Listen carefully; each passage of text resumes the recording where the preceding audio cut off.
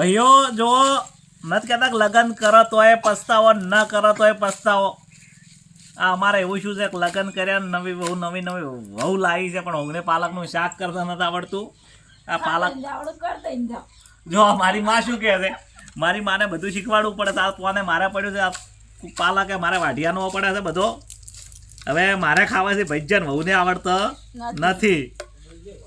ચમચમ ખાવાનું એટલે મેં આ જો ગોઠવતો આ કલાકે આટલું ગોઠવી છે, અમે કાપા છે શીખવાડી થાય છે, પણ કોઈ શિષ્ય નથી. શિષ્ય બસ આખો દાડી પલંગમાં હોઈ રહી છે.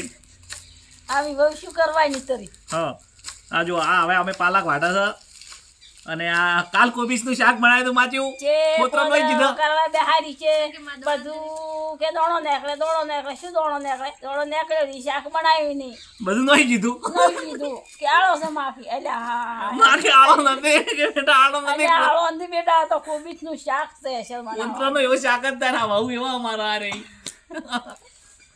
લાવો મારો તારા વાઢો અમે, અને વહુને કોઈ આવડતું નથી. કોને અમારે પડ્યું છે. આ જો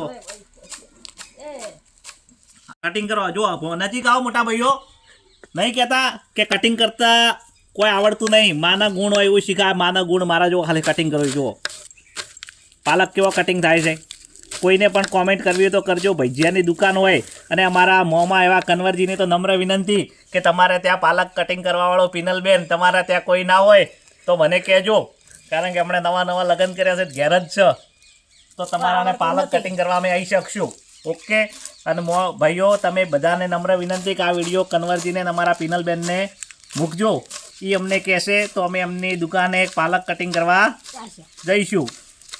ઓકે ચલો, જય માતાજી. સવારે પાલકની કેવી સબ્જી બને છે અને અમારી નવી વહુને ભાવે કે નહીં ભાવતી બીજા વિડીયોમાં ફરી તમને બતાવશું.